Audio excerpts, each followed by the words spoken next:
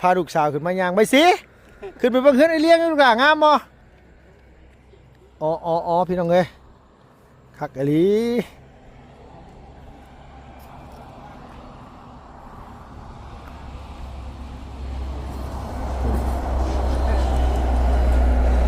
พอไกลคันได้ซ้ำนี่พอบ่คันได้ซ้ำนี่โอ้ได้สำนีพอเลยลุงเอ้ย ฮะ พอแล้วสำนีบุญแล้วสำนีนะ ไปแม่ไปวะไว้แม่อยู่ธาตุโพนผมไปแม่ ไปบะแล้ว ไปบะไปแม่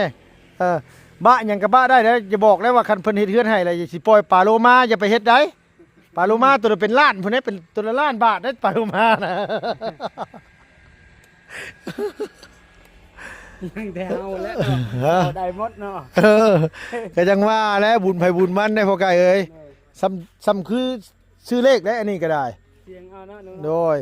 แต่เฮือนสาวกงมีก็จักสิแล้วหรือบ่หั่นกะคือเฮือนน้องเลี้ยงนี่อัน 100%เลยแล้วแหละเพิ่นแต่เฮือนสาวกงมียังบ่ฮู้ว่าสิแล้วบ่แล้วบ่นี่ฮะ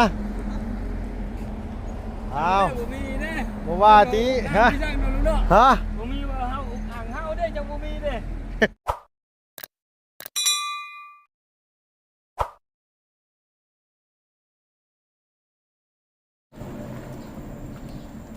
ลายกิน ปลาดุอีหลอพี่น้องเอ้ยบ่ตุ้ยสิไปไสหมูเพิ่นตุ้ยบ่แม่ไก่หมูเจ้าน่ะโดยสบายดีเด้อแม่ไก่เด้อสบายดีพี่น้องเอ้ยปลานวดเว้าปานหมูเพิ่นบ่มีแขวคั่นคักคั่นแน่คั่นจนว่าอ่อนละรวยเบิดแหละอันว่าแนวกินมันก็ได้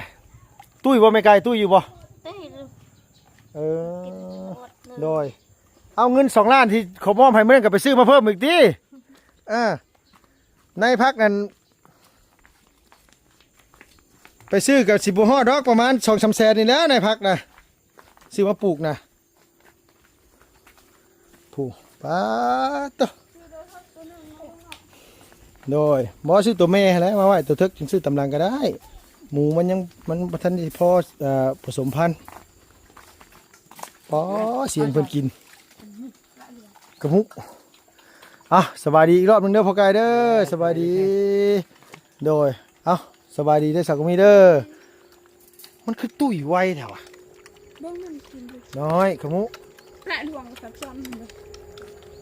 มันขึ้นไปนอนอยู่บ่อยู่พุ่นน่ะ จักนี่เรานอนบนนี่ลุง ฮะ บนพุ่นเราบ่ได้นอนถ้าพุ่นบ่พุ่นเราบ่ได้นอน อ้าวคือเปียกเนอนลุงอ่ะ บ่มันสะนะลุง มันสาด เสียสิ มันไม่อัดเบิ่ละนะมันอัดกินเนาะอัดจากกินเนาะ มันสาดบ่ แม่น เตี้ยเถอะมัน ผลมันสาดลงมาสิบ่ แม่เตี้ย เอ ร่างกาย อ อัดมีอะไรให้เราอัด มันจะพอ โดยเอาสังกะสีมาตอกใส่กับสังกะสีเราตอกใส่ไม้ฮะ บ่คนแห้งก็มันสะลุงพ้นบ่แห้งก็ปกติ มันนี่ชื่อมือเนาะมันก็นี่เนาะ อืม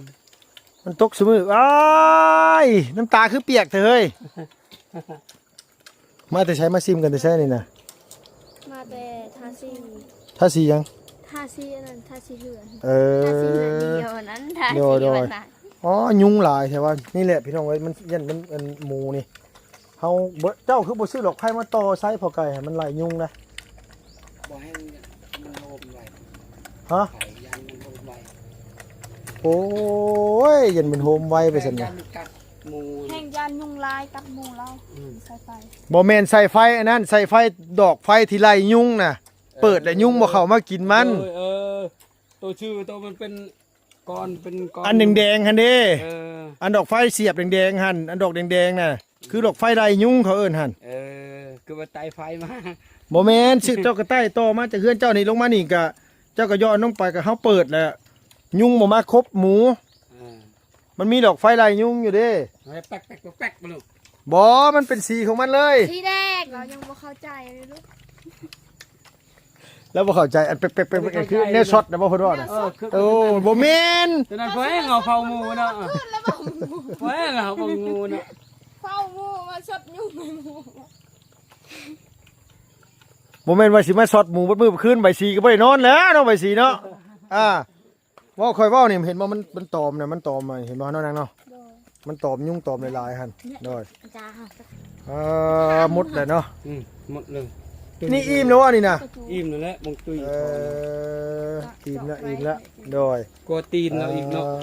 โดยยันแต่ยุ่งแหละเขายัน มา แต่ แต่ ยุ่ง ครั้งแรกเนาะลุงเนาะจอยๆเนาะ แม่น บางนี่ตุยเลยบนแอวเล อ๋ ย อพี่ทำไงเบ่งลุยขึ้นหมดเลยเห็นบ่ยุ่งตอมนะเขายันเด็ดอย่างเดียวนี่แหละ อืม มันยันมันกัดเรื่อยเลยยันหมูมันป่วยหั่นนะยันหมูมันโซ ปลาหลวงกับต้น มีแต่ว่าเจ้าซื้อไปซื้อดอกไฟโลดดอกไฟบอกว่าบอกเขา เออ บอกว่าดอกไฟใต้ไรยุงน่ะเขาสิฮู้ดอกคนขายน่ะ เออ มันมีดอกไฟใต้ไรยุงเขาเปิดไอ้ยุงบ่เข้ามานะ ได้แจ้งเท่าไหร่ลูก กระบ่ฮู้แล้วข่อยก็บ่เคยซื้อข่อยเห็นแต่นำเขาเจ้า สมหลายเติบไป ข่อยเห็นแต่เขาเจ้าซื้อใส่คอกหมูเขาเจ้า มันได้15เมตรว่าทุกคนก็ ก็ต่อลงมานี่สิบ่ฮอดดอกประมาณ15เมตรนี่แหละสายมันน่ะก็ย้อนลงหันหั่น ประมัน20เมตร โดยดอกไฟอันนั้นน่ะเขาเจ้าใส่ใต้ใส่คอกงัวคอกหมูคอกนี่แหละเขาเจ้าบ่ให้ยุงเขามาคบหมูเขาเจ้าเขาย้ำมาคือ ดอกหนึงเราปบมาเลยลูก ใส่ดอกหนึงก็ได้ใส่ดอกเดียวก็พอละไฟอย่างลุงกับบุ้งหรอกแต่ว่าเห็นกับเจ้าใส่ เอา ใส่ตลอด ได้ลุง โดย คือว่าแป๊กก็นั่นน่ะแม่งเอาเผา เป็กอันนั้นน่ะเครื่องช็อตยุงอันนั่น เออ โดยโอ้เจ้าสิมาไล่ช็อตอยู่หันวัดมือวัดเวทนั่นกูบ่แม่นแล้วเนาะโดยไปนั่งไปไปเบิ่งเฮือนน้องเลี้ยงไปไปเบิ่งเฮือนอันว่าเลี้ยงก่อนมือได้สิได้เฮือนใหม่น้ำเขานะพ่อไก่ เฮ้ย มือได้สิได้เฮือนใหม่สิขึ้นเฮือนใหม่น้ำเขานะ ขึ้นเฮือนใหม่บ่ โดย จะเด้อเฮือนยังบ่แล้วเฮือนกระติบน้อยๆนั่นก็ยังบ่แล้วเฮาก็อุบน้ำเฮือน ยังบ่แล้วอยู่บ่อย่าเฮือนน้อยๆเจ้าน่ะ ยังพาอัพแต่นี่นะลุงอ่ะ ผาอันยังบ่ทันได้แล้ว โดยแต่เฮาก็ขึ้นคือกันขึ้นพร้อมกับพอเลี้ยงเลยล่ะให้จำให้พอจำนำกันเลย สิขึ้นพร้อมกันกับเพื่อนน้องเลี้ยง ให้พอจำนำกันเลย โอ้ อันนี้ก็อุกใจกระแตบน้อยๆนี่โอ้โหจะไปสิสุขสารเด้อเด้อ อันไหนยังตัวนั้นลูก อันไหนก็ บนพระออกนี่แหละยัง โมเป็นเฮือนข้อไก่แล้ววะ ลุงยังตัวนั้นแหละยังพาตัวนั้นแหละ เอาเพิ่นยังบ่ได้เฮ็ดบ่ซะตัวนั้นน่ะ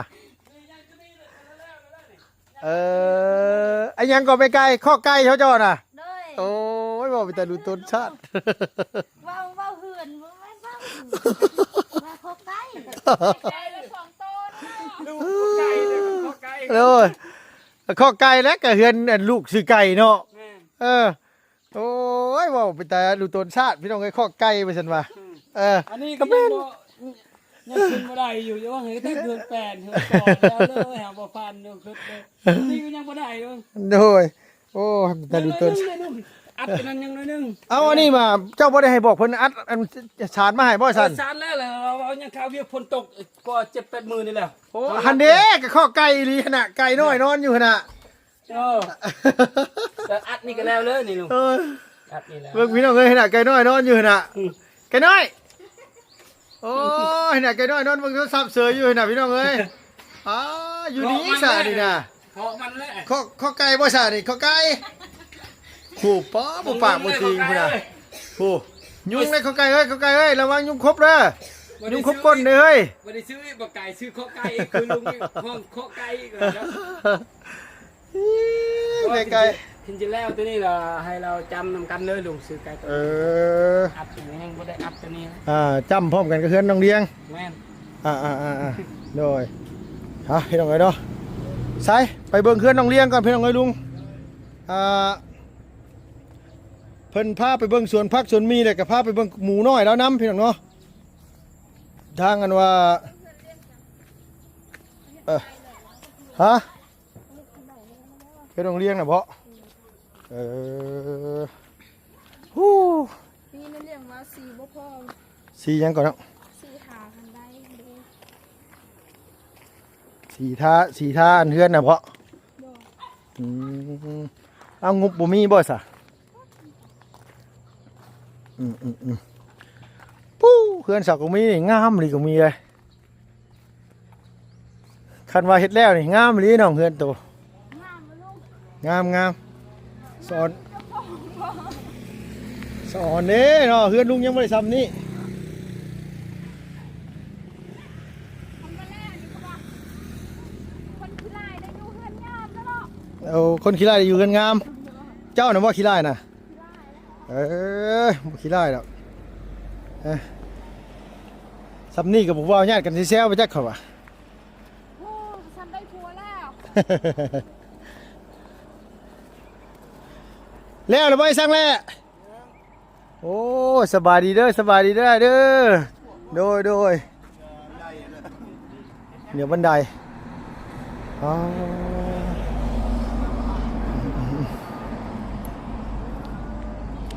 แล้วว่ามือนี่แล้วว่ามือนี่บันไดนี่แล้วอยู่นะโอ้คือกอยแล้วแท้ไอ้แล้วโพดมันโยดบัด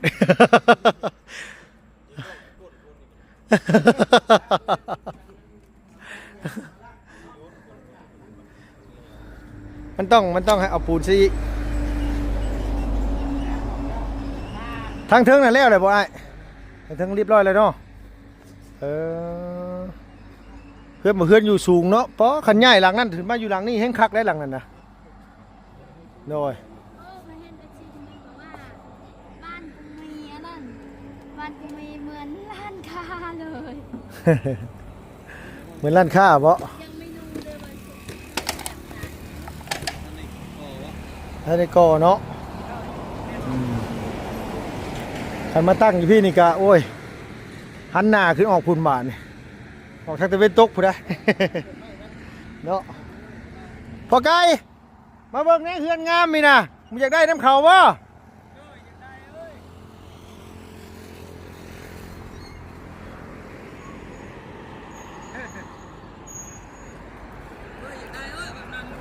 ฮะอยากได้บ่เอาเก็บเอาเฮ็ดปีใดอันได้ขายกล้วยดีๆกะโฮมเอาปีเล็กๆน้อยๆพาลูกสาวขึ้นมาย่างไปสิขึ้นไปเบิ่งเฮือนไอ้เลี้ยงลูกหลานงามบ่อ๋อพี่น้องเอ้ยคักอีหลี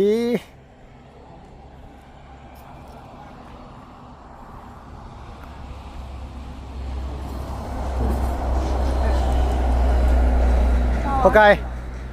คันได้ซ้ำนี่พ่อบ่คันได้ซ้ำนี่ โอ้ใจสำนีพอเลยลุงเอ้ย ฮะ พอแล้วสำนีบุญแล้วสำนีนะ ไปแม่ไปวะไว้แม่อยู่ถาดโพนผมไปแม่ ไปบะแล้ว ไปบะไปแม่บะหยังกับบะได้แล้วจะบอกแล้วว่าคันเพิ่นเฮ็ดเฮือนให้อะไรสิปล่อยปลาโลมาอย่าไปเฮ็ดได้ปลาโลมาตัวละเป็นล้านพุ่นนี้เป็นตัวละล้านบาทได้ปลาโลมานะ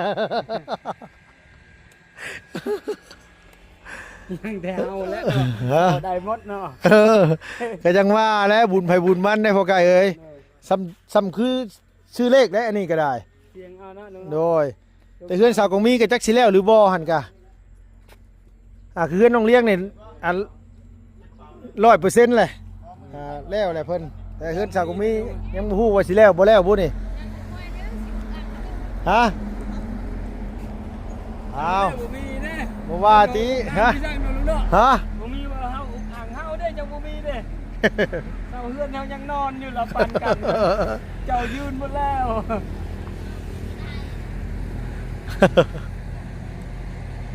เอาเจ้าเฮือนเฮายังนอนอักลากอยู่คน ไม่ใช่ล่าอันว่าหานั่นเก็บไว้จักเที่ยมันจังบ่นั่นมีแต่ว่าหามไว้เอาใบให้มันเหยียดคักๆเลยหั่นนะเดี๋ยวมันคดมันงอมันสิบ่งาม บอกพ่อไอ้เลี้ยงเอาไว้นี่เลยนะไม่ใช่ล่าฮะเวลานั้นเฮาเก็บไปใส่ในอื่นก็ได้แอมนั่นแอมนี่บางเทื่อเฮ็ด มันเข้าเทินแก ห้องน้ำห้องในเด้ยังบ่ได้มีมื้อหน้าฮกไปเฮ็ดห้องน้ำบางอย่างเฮากับใส่นั่นมันซื้อมาแพงแท้ๆได้อฮะบ่ตัวนั้นได้บ่บุญตัวเป็นตับมันนี่ตัวนั้นมันบ่าวแล้วนางหั่นกับแม่นฮะโน่ย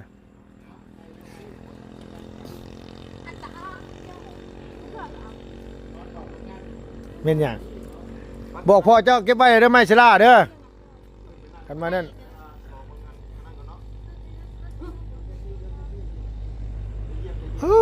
ผลงานในสร้างแหล่พี่น้องเอ้ยงามวิวทิวทัศน์กับผู้ทั้งผู้โอ้คักกะลีฮะ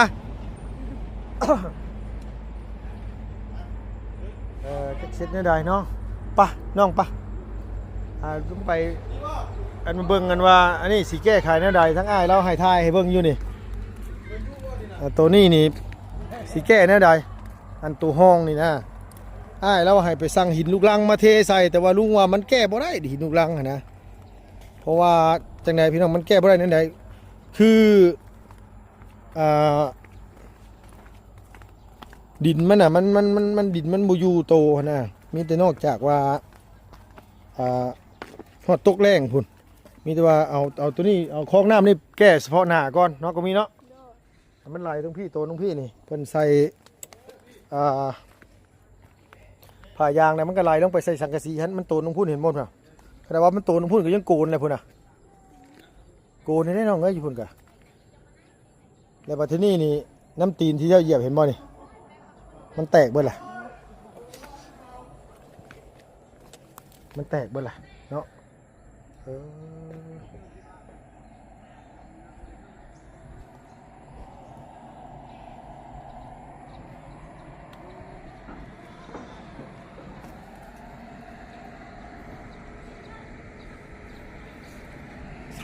กือบแล้ว โอ้ย ไปอยู่มื้อนั้นขึ้น ฮะ ขึ้นแต่เรื่องนี้เลยอยากจะพอมาพอไปบอกลุงแล้วเนี่ยลุงแล้วว่าเอาบุญกันแล้วขอบคุณมากอ่ะคือว่าคันเราไม่ได้มากก็คือโชคดีคันเรามาโชคได้เลยว่า เฮ็ดกลางคืนเดี๋ยว เออ เฮ็ดกลางคืนก่อนกลางคืนพอบ่ได้เห็นบ่รู้จักว่าตอนมา บอกกะบอกเพิ่นอยู่เด้ก็บอก บอกแล้วบอกเช้าตอนมื้อเราไปเฮ็ดเจ้ากับบ้านจะระวังด้วยเท่านี้ก็บ่คุยรถก็ได้แต่จะเบิ่งสายนั่นแหละสายไว้ ขาดบ่นั่นเด้อบ่ขาด เพราะว่าบ่ มันบ่จะไปตีมันนั่งจะไปบายมัน เพราะว่าคาดแล้วสายน้อย โดย ตัวผ่านไป 3-4 มื้อแล้วใครแน่ เจ้าฝนตกก็เจ้าบ่มาบ่ชัก โหดอกผ่านมื้องานตอนแรกแล้วก็มารถ โดยเนาะฝนตกเขาก็มาเนาะ เด้อ แต่ว่าทั้งนี้บัดอันนี้ทั้งนี้มันเป็นอันนี้เนาะ เด้อ บัดทั้งนี้บัดบ่เห็นบัดอยู่หั่นบัดโพเนาะน้องเนาะ บ่เห็นเพราะว่าตัวนี้ดินเขาทมเด้ อืมโดย หาดไปที่กับบนก่อนตอนนี้มันดินเพียงเขาขุดลึกกับเขาถมเนี่ยเด้ โดย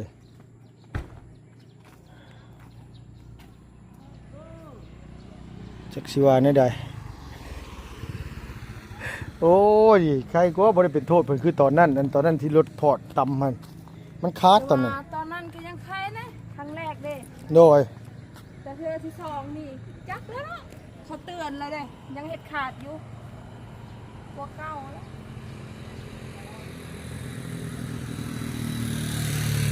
จักสิว่าแน่ใดเนาะเขาก็บ่ขุดลงเลิกเพิ่มอีกนะว่าง่ายซะมันเป็นดินเฮาบัดนี้จักสิว่าแน่ใดเนาะนี่แหละตรงมีเอ้ยสิแก้ตัวแบบใดน้องเอ้ยปรึกษาซอยกันแน่เราอ้ายแล้วว่าแค่เฉพาะหน้าไปแล้วอยากให้สั่งดินลูกรังมาถมสั่งดินลูกรังมาเทใส่ดินลูกรังกันน้ำก็สิเซาะไปอีกเนาะก็มีเนาะจะว่าเซาะบ่เซาะเนาะมีแต่ว่ามีทางเดียวเท่านั้นแหละมีแต่ว่าเฮาเฮ็ดคลองน้ำอ้อมพุทธคลองน้ำเทปูนอ้อมพุทธเนาะโดยมีแต่ว่าหม่องสายเคเบิลเมื่อกี้นี่มันบ่ทันได้ขาดดอกถ้ามันขาดเข้ามาแล้ว มีแต่ว่าเขาเอาอันมาปล่อยซีเมนต์น่ะมาเปะไว้มาถมไว้ แถวนี้เด้ลุง ฮะแถวนี้กับจังหว่าเดียวจังหว่าอันนี้อันหน้าฝนนี่กับยังบ่ทันได้นี่ดอกมีแต่ว่าไปสั่งอันดินคือไอ้แล้วว่าหั่นแหละมาใส่ไว้เพราะฉะนั้นก็บ่ได้นี่นะเนาะไปล้างทางพุ่นน้องไปไอ้สร้างกับบ่มาซ้ำพี่น้องเอ้ยสร้างแล่ก็ได้โอ้ยแล้วแหละบ่ได้มาซ้ำดอกเบิ่งนี่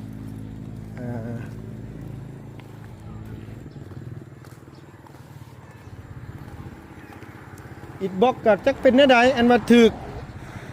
ฝนนี่ซื้อกับเปื่อย ค คมขายเด้ก้อนหนึงมัน 6-7,000 ว่าอิดบล็อกว่าถึกผลซื้อก็คู่ออกว่ะ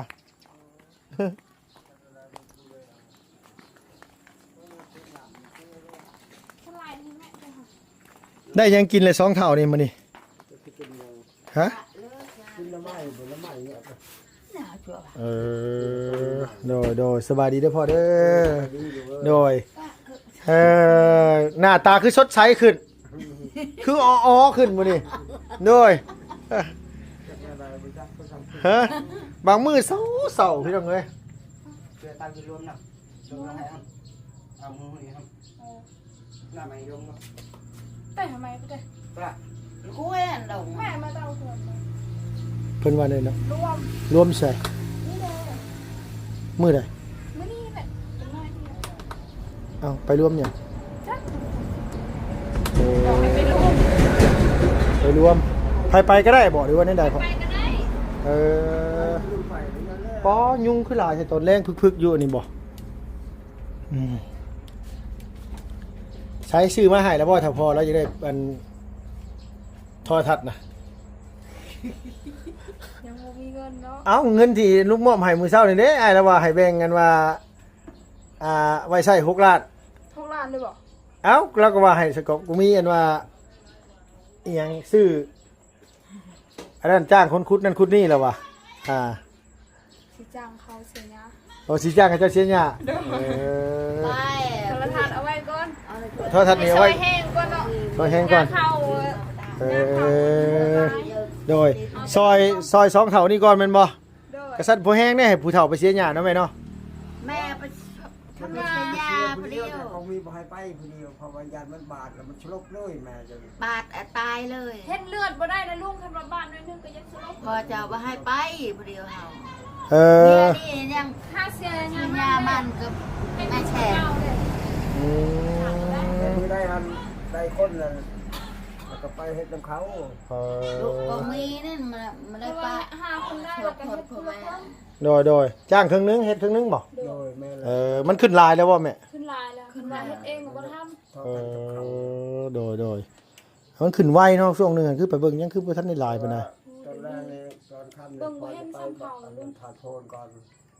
มื้อใด มือนี้ละมือนี้ละ ไปทัดโพน 12 โมงกลางคืนนี่ ช่องโมงก็คือ ไป เขาเอา ไปกับไผ ไปก็พอเรียนบันนี่บัน มันแดง รถบ้านก็ได้น้องก็ได้ ไปทัดโพนผู้เมืองอันนั้นผู้ไสผู้ทองผู้ โดยไปกับ ไปไหว้พระซื่อนี่บ่ โดยแม่ละแต่ว่าพระให้มันมอนี่ปะกินถมดมกาว ได้คิดว่าอันแช่ เอ้าพอไกล เลย เท่าพ่อแล้วจะไปทัดโพนนี่ข่อยเว้าอยู่เมื่อกี้นี่ไปแม่ไปบะไว้แม่ไปบะทัดโพน ให้ได้เฮือนคือหมู่นั่นเนาะ โดย ให้จะได้เฮือนได้ชาญครับได้รถได้ล่าง โดยไปบะแม่พอไกลไปบะแม่ แต่ข่อยบะหลายอย่างเลยข่อยยังบ่ได้เลยอย่างจักอย่างอยู่ บ้าแล้วไปแล้วก็กอดนี่เนาะ โดยไปเลย ไปแล้ว อ่า ให้ไปชุดนี้เป็นช่องเถือ กินไม่ชาแขก เอาเฉพาะแล้วขอเงิน300,000แล้วแม่ให้เราแม่เราขอ ให้เนาะ ให้บ่ พอประกายก็ให้นะพอประกายก็ไปน้ำเนาะ โดยแต่พอ จะได้รถได้ล่างด้วยกันให้ โดย ง่ายให้ลูกให้หลานชิมูมีความสุข มี โดย เวลาเนี่ยได้เช้านี้ก็30บาท อยากได้รถบ่ยากบ่ยากขายวัดตอนนี่นะได้ ไอ้ก็มีแน่ เอายังไปเลี้ยงมันก็ชื่อลูก จงให้จงกงมีเอาให้มัน เดี๋ยวเอามีแต่ว่า ไปขอเอาสนับไปไหวเอาคันได้เลยอย่าลืมบอกเขาด้วยเขาจะได้ไปนำ ไปรวมกันเด้อลุงเนาะ โดยจะโอเคอยู่ดีมีแห้งเลยโดย โดยไปรวมกันจังได๋เรา โดยโอเค มือแม่ โอ้ ต้อง จะ ไป ไปกันได้ทันรวมทันโพนลุง ไม่ได้ เลยที่เป็นคือมึงเลยเปล่า โดยโอเคครับมิแต่ว่าสิเมื่อไปหาแกงหน้ำไม้อยู่เฮือนก่อนโดยเอาสบายดีเด้อพ่อเด้อมิแต่ว่าตลอดปลอดภัยไปทัดโพนก็ได้อยู่ดีมีแห้ง ไปป้าว่าได้โทรทัศน์เบิ่งเลยเด้อโทรทัศน์ ไปขอโทษทัดกระตู้เย็นบ่ โดยเอาโอเคนะพ่อเนาะเอาสบายดีเด้อน้องเด้อโดยเมื่อแกงหน้ำไม้ก่อนพี่น้องเอ้ยอยู่เฮือนอันว่าซื้อเครื่องไว้ก่อนโดย พอดีว่าไปเฮือนน้องเลี้ยงแน่ไปเบิ่งข้อไก่พอพวกหมูพอไก่แน่ไปเบิ่งข้อไก่น้ำแน่เมื่อกี้นี่พี่น้องขอบคุณเวลาพี่น้องพบพ่อกันมื้อเช้าเนาะพี่น้องสำหรับที่ไปแล้วพี่น้องบ๊ายบายสบายดีเด้อ